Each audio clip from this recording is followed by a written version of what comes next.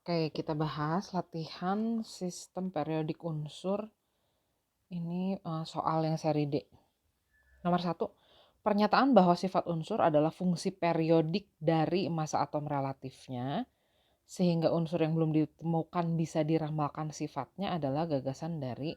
Nah, ini maksudnya fungsi periodik dari massa atom relatifnya adalah gini. Jadi, dengan mengurutkan massa-massa setiap atom relatifnya, nah ternyata ada beberapa unsur yang secara periodik sifatnya itu mirip atau berulang.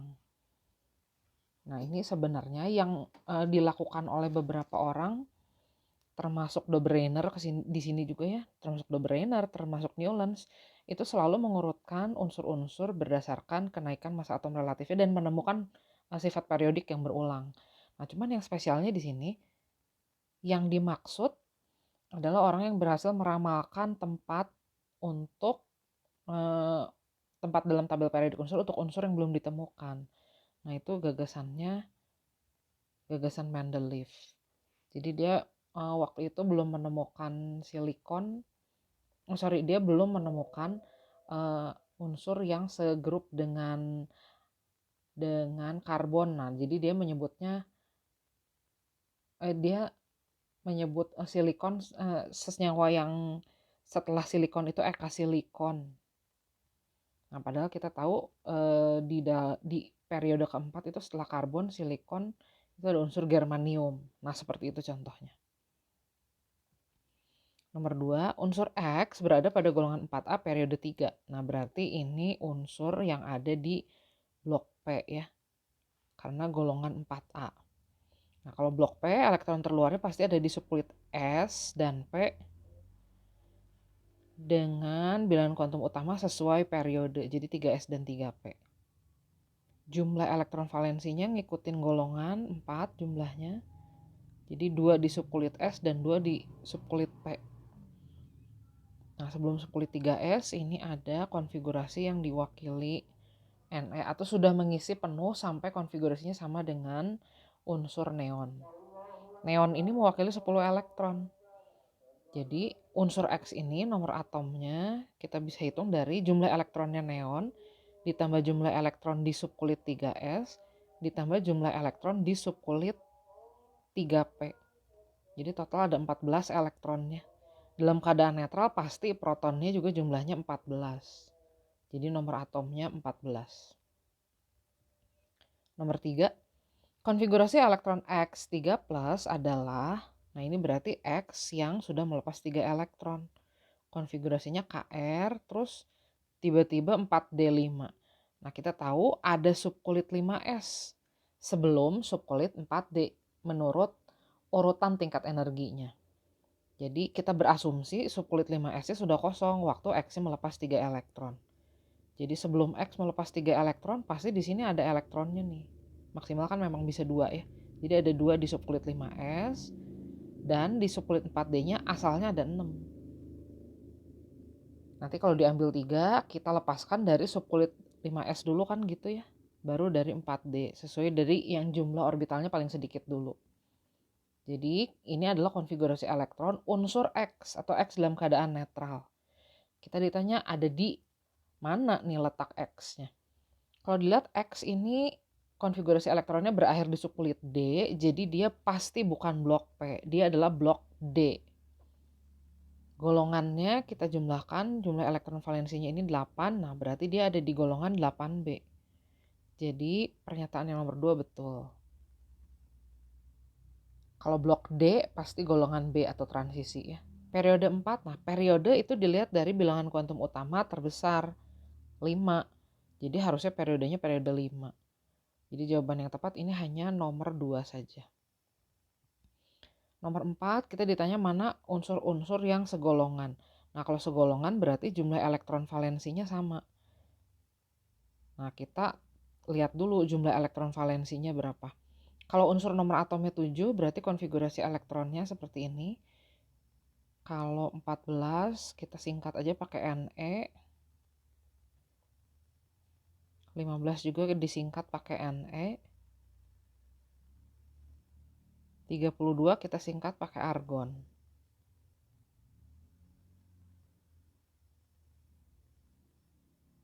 Begitu. Nah, sekarang kita tentukan golongannya. Golongan itu dilihat dari elektron valensi. Nah, elektron valensi itu tergantung bloknya. Kalau blok P dijumlahkan dari 2 subkulit yang terakhir kan. Nah, jadi ini ada 5 jumlah elektronnya. Unsur A jadi ada di golongan 5A. Unsur B ini blok P juga. Berarti elektron terluarnya dijumlahkan di subkulit S dan P terluar. Jumlahnya 2 ditambah 2, 4. Unsur C ini blok P juga. Jumlah elektron valensinya 5. Unsur D ini blok P juga. Konfigurasi elektron terakhirnya berakhir di subkulit P. Jadi kita jumlahkan elektron yang ada di subkulit S dan P terluar. 2 ditambah 2, 4 juga. Nah, blok P pasti golongan A. Nah, ini pasangan unsur yang segolongan ini boleh 1 dengan 3 atau boleh juga 2 dengan 4. Tapi pilihan jawabannya nggak ada 2 dan 4. Jadi kita pilihnya 1 dan 3. Nomor 5 ini ada diagram tabel periodik unsur. Nah, di situ ada unsur X. Unsur X itu letaknya di mana? Nah, kalau diingat, ini kan urutannya golongannya 1A, 2A, ini golongan utama ya. Kemudian 3A, 4A, 5A, 6A, 7A, 8A.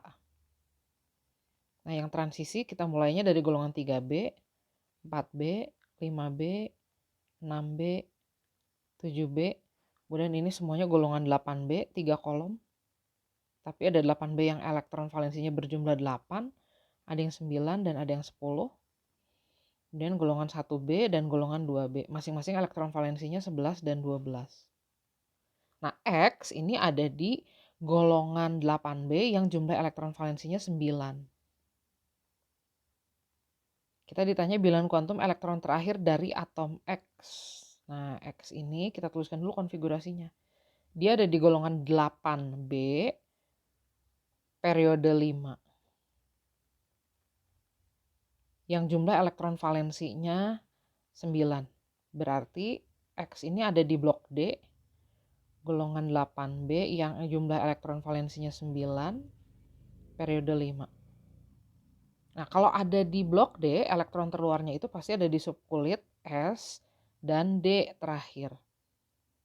Bilangan kuantum utamanya Ns dan N-1D dengan N-nya itu adalah periode. Jadi elektron terluarnya ada di subkulit 5S dan 4D. Nah, jumlah elektron valensinya 9. Berarti di subkulit S 2, di subkulit D 7. Ini sebelumnya pasti sudah memenuhi konfigurasi yang sama dengan kripton.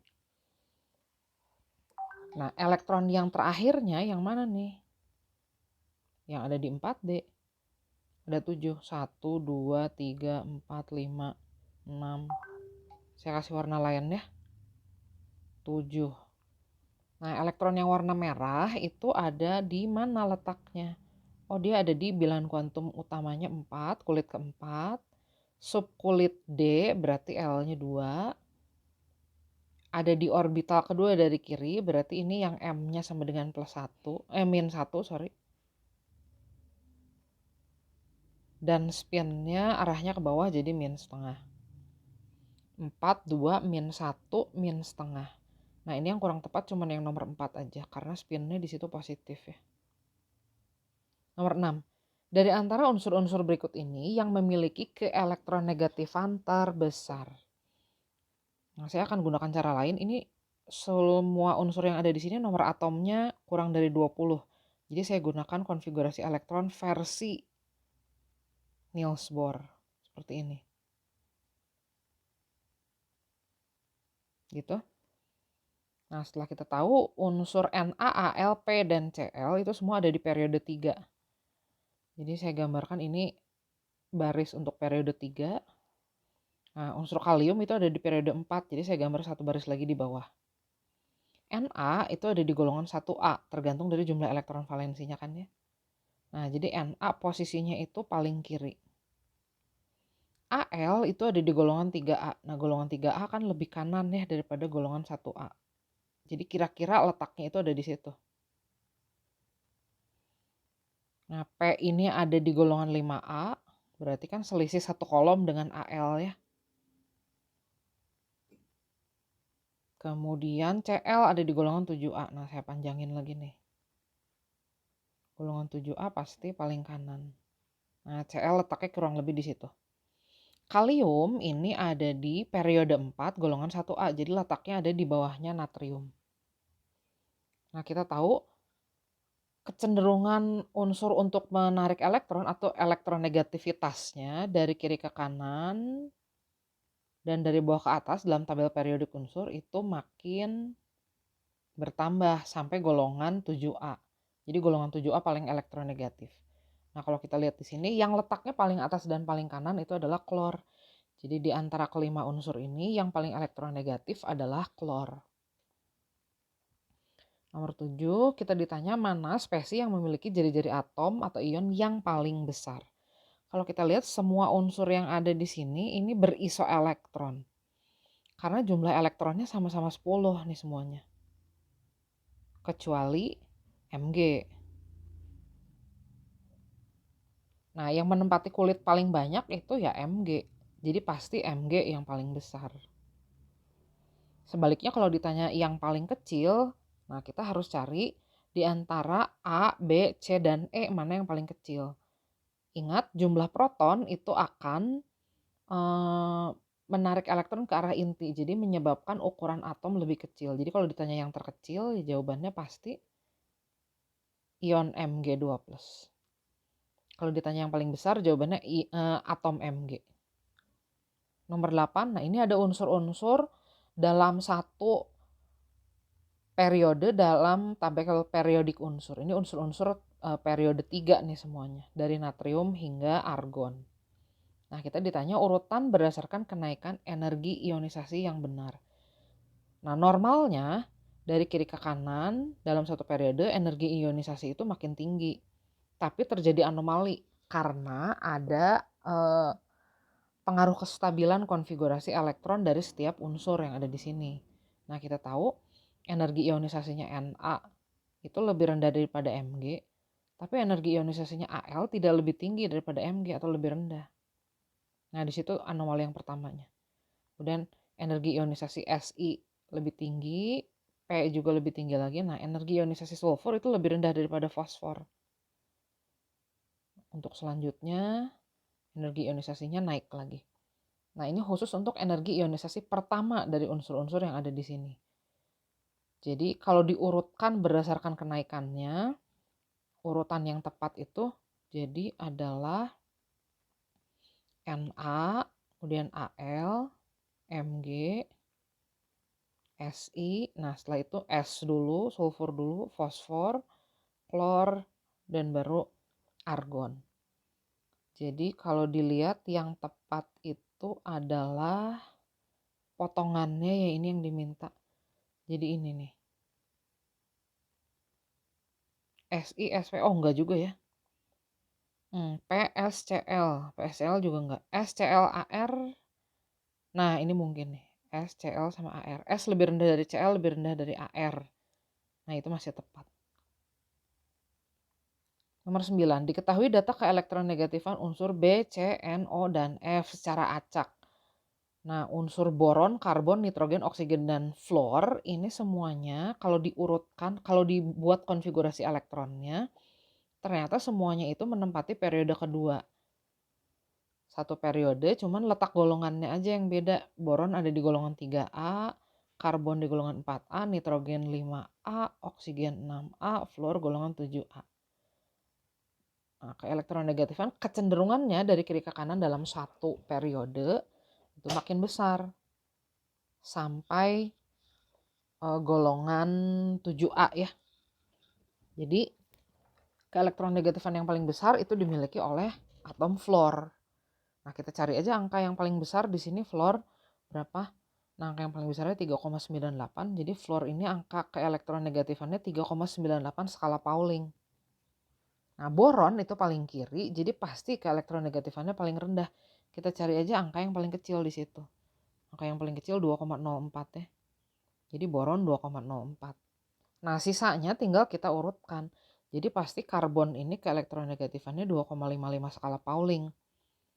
Nitrogen berarti makin tinggi lagi. Yang lebih tinggi lagi dari angka itu berarti 3,04. oksigen 3,44 dan yang paling tingginya fluor. Karena ditanya untuk boron jadi jawabannya yang A. Oke, nomor 10. Ini ada diagram tabel periodik unsur, ada unsur A, B, dan C. A ini ada di golongan oksigen, B ada di golongan halogen, C ini ada di golongan gas mulia. Yang ditanya, urutan unsur-unsur A, B, dan C dimulai dengan unsur dengan keelektronegatifan tertinggi. Nah, kalau kita lihat di sini memang keelektronegatifan itu dari kiri ke kanan kecenderungannya makin besar, tapi hanya sampai golongan 7A. Sorry, kenapa saya tulis 8? Ini B, ini harusnya A, sorry. Nah, harusnya makin ke kanan makin besar, tapi ingat C ini ada di golongan 8A. Golongan 8A ini cenderung tidak menarik elektron karena sudah oktet. Jadi konfigurasinya itu udah stabil, kecuali golongan 8A yang periode-periode bawah ya. Yang ini ternyata masih memiliki nilai keelektronegatifan tinggi. Mengingat jarak dari inti atom ke elektron terluarnya kan besar ya. Nah, jadi elektronnya nggak terlalu dekat ke inti, nah jadi dia masih punya nilai keelektronegatifan. Tapi kalau unsur-unsur yang ada di bagian atas dalam golongan 8A itu cenderung tidak menarik elektron, keelektronegatifannya suka dibilang malahan 0 ya. Jadi kalau kita urutkan yang paling besar keelektronegatifannya pasti unsur B. Kemudian unsur A dan C justru yang paling kecil keelektronegatifannya. Jadi urutannya B, A, C. Selesai.